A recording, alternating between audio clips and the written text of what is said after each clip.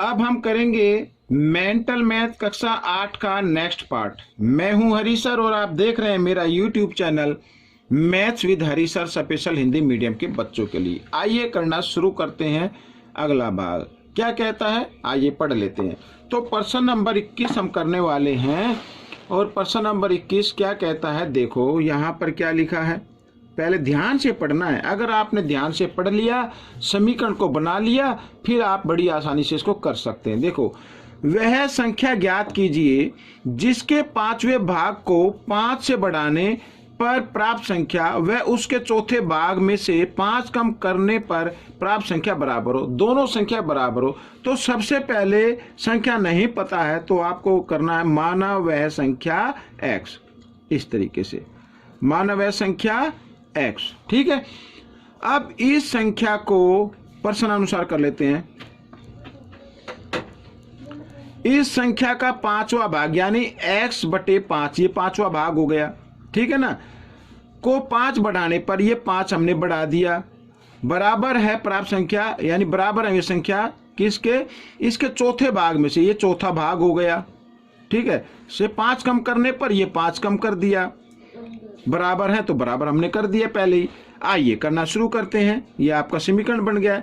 तो x/5, इस x/4 को आप ले आओ इधर लेफ्ट हैंड साइड में, इधर आकर ये माइनस का हो जाएगा इस तरीके से, बराबर यहाँ पर घटा 5 और ये जमा 5 है, इसको भी लेके आना बराबर के निशान से इधर, तो ये भी घटा 5 हो जाएगा, ठीक है। अब यहाँ पर 5 और 4 क्योंकि लगातार संख्याएं, इनका लघुत्तम लेना है तो इनको ही गुणा कर दिए, वही आपका लघुत्तम आ जाएगा। साथ ही गुणा करने के बाद आपको क्रॉस में भी गुणा कर देना है।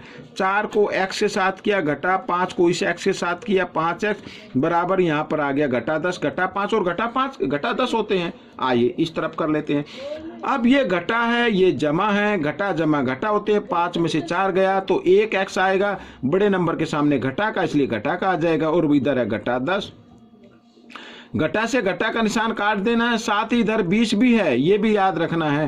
तो x बराबर 10, 20 इधर भाग में, इधर आकर ये गुणा में आ गया, 20 ढाई होता है बच्चों 200, तो आपका उत्तर आ गया बच्चों 200। वह संख्या है 200, ठीक है। अब अगला प्रश्न हम करेंगे। यहां पर लिखा है, देखो क्या कहता है, 3 लगातार विषम प्राकृत संख्याएं ज्ञात कीजिए जिनका योग 147 है। विषम संख्या, ठीक है। माना पहली संख्या, माना पहली संख्या, माना पहली संख्या x/1, ये कर लीजिए। दूसरी संख्या विषम संख्या है ना, तो 1 से अगली विषम संख्या कौन सी होती है, 3 होती है।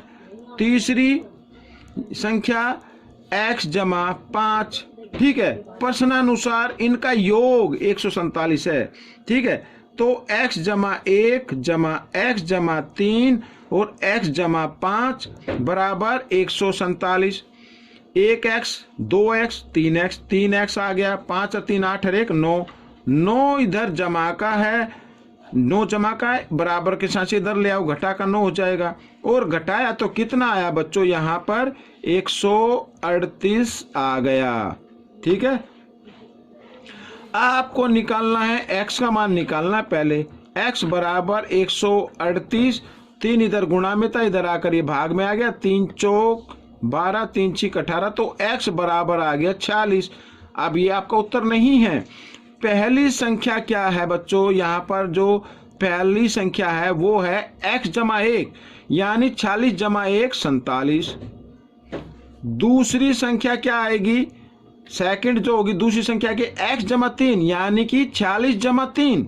x की जगह x का मान रखना है आपको, तो वो आ जाती है बच्चों कितनी, 46/3 49। और तीसरी संख्या आपकी आ जाएगी 46/5 51। ये आपका उत्तर आ गया, ठीक है। अगला प्रश्न कर लेते हैं। तो प्रश्न नंबर 23 क्या कहता है, 3 क्रमागत सम प्राकृत संख्याएं, इसमें सम लेनी है, पहले में भी सम ली थी। आइए करना शुरू करते हैं। माना पहली संख्या x, दूसरी संख्या x/2, तीसरी संख्या x/4, ये प्राकृत संख्या हो गई, सम संख्या हो गई, ठीक है। जिनका योग 234 है, योग कर लेते हैं बच्चों। पहली संख्या जमा दूसरी संख्या जमा तीसरी संख्या बराबर योग आता है 234। 1x 2x 3x जमा 6 बराबर 234। ठीक है, 6 इधर जमा का, इधर आकर ये घटा का हो जाएगा, घटा देते हैं। 234 घटा 6, x का मान निकालना। 234 में 6 घटाओ 228 आ गया। 3 इधर गुणा में तो इधर आकर भाग हो गया। 3 से काट दो, 3 7 21, 1 3 6 18, 76 आ गया। यानी पहली संख्या तो आ गई आपकी 76। पहली संख्या 76। दूसरी संख्या आपकी बनेगी x जमा 2 76 जमा 2, x की जगह x का मान रखना है तो 78 हो जाएगी। तीसरी संख्या x जमा 4 यानी 76 जमा 4 80 हो जाएगी। ये आपका उत्तर आ गया। ठीक है, अब हम करेंगे प्रश्न नंबर 24। प्रश्न नंबर 24 ये देखिए यहाँ पर ये रहा। आइए करना शुरू करते हैं। दो संख्याओं का योग 95 है। यदि एक संख्या दूसरी से 15 अधिक है तो छोटी संख्या ज्ञात करो। तो इसमें एक बड़ी संख्या एक छोटी संख्या, तो हम मान लेते हैं माना छोटी संख्या x। तो बड़ी संख्या क्या होगी, योग में से पहले छोटी संख्या को घटा दो, बड़ी संख्या आ जाती है। ये आ गई। प्रश्नानुसार क्या कहा है कि एक संख्या दूसरी संख्या से 15 अधिक है, यानी जो बड़ी संख्या वही अधिक होगी। अगर हम बड़ी संख्या में से छोटी संख्या को घटा दें, ये बड़ी संख्या होगी ये छोटी संख्या होगी, इसको घटा दें तो उत्तर आना चाहिए 15। ठीक है, आइए करते हैं।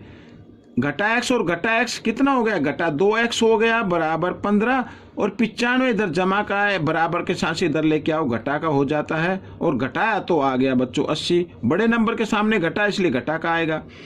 घटा से घटा का निशान काट देना है, x का मान निकालना है 80/2, 2 से इसको हमने भाग दिया तो आ गया 40।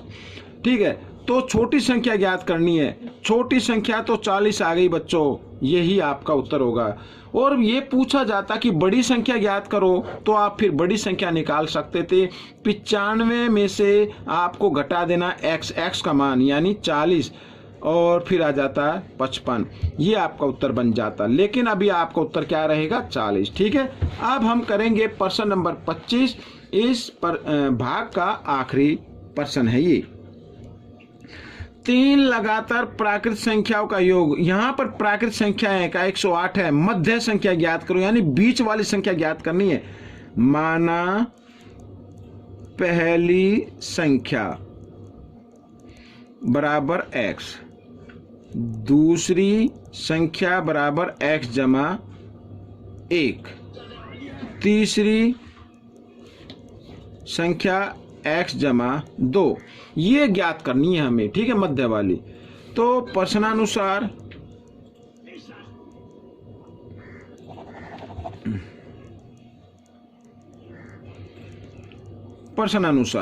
पहली संख्या जमा दूसरी संख्या जमा तीसरी संख्या बराबर 108, यही तो दिया हुआ प्रश्न में। 3 संख्या प्राकृत संख्याओं का योग 1x 2x 3x, 3x आ गया। 3x जमा 3 बराबर 108। ठीक है, अब 3x बराबर 108, 3 इधर जमा का है, बराबर के साथ से इधर लेके आओ तो घटा का, और घटा दिया तो 105 आ गया।